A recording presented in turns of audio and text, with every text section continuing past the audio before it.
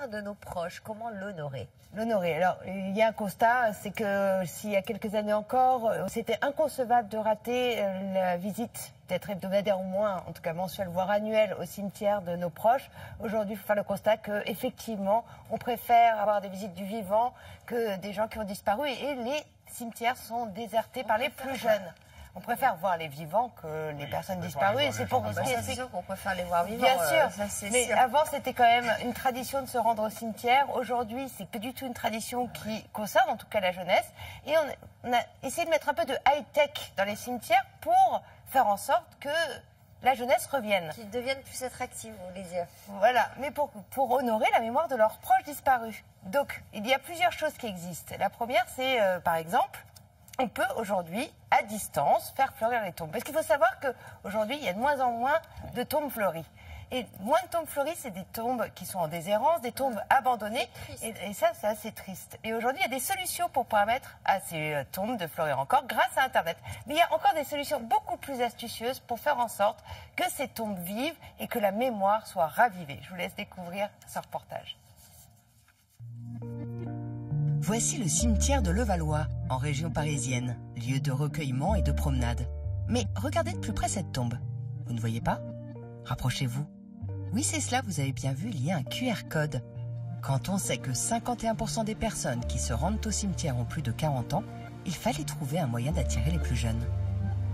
On a mis en place un petit médaillon sur lequel se trouve un QR code et avec n'importe quel smartphone aujourd'hui et une application qu'on trouve gratuite sur n'importe quel réseau, on scanne ce QR code et ça nous donne la vie du défunt qui est enterré. Alors le concept, c'est de garder la mémoire des gens. Quand on se promène dans les cimetières, il y a souvent des tombes sur lesquelles il y a un nom décrit et ce nom nous dit quelque chose, mais on n'arrive pas à se souvenir qui est enterré.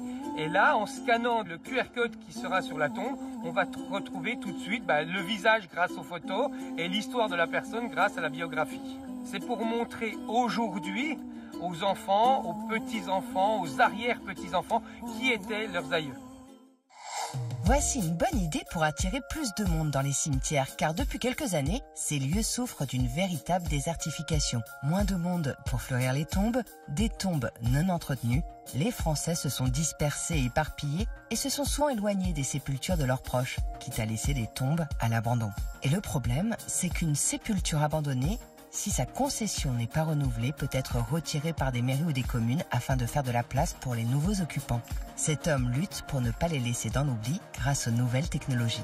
En France, aujourd'hui, il y a à peu près tous les ans 100 000 tombes qui sont en déshérence et donc qui sont supprimées. Notre application va permettre de lutter contre la perte d'informations qui surviennent sur les tombes en déshérence. Donc la personne arrive dans un cimetière, elle fait la photo de la tombe en question et ensuite elle peut relever les noms qui figurent sur cette tombe et ainsi la mémoire de l'information généalogique qui est sur la tombe sera préservée.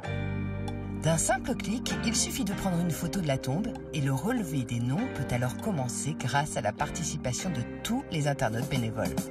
L'objectif de sauver comme ça les tombes, ça va permettre de sauvegarder une photo, d'avoir un petit peu une trace un petit peu plus concrète qu'un simple document papier.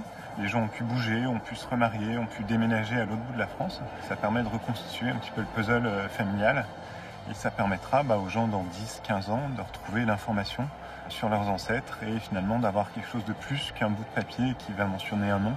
Ils auront une tombe et une information à laquelle se rattacher. À ce jour, grâce à ce travail de fourmi, plus d'1 million de tombes ont été sauvées de l'oubli. Et on parle d'oubli, mais par exemple, là, je me suis rendue au cimetière de Levallois pour faire ce sujet. Et vous savez qui est enterré au cimetière de Levallois? Des grands noms. Gustave Eiffel, Louise Michel, c'est normal parce que je ne sais pas si vous connaissez la région, mais donc il y a vraiment des grands noms et c'est vraiment un lieu de promenade, de recueillement, puis c'est aussi un lieu de souvenir et je vous invite vraiment. C'est pas triste. Oui, c'est pas triste.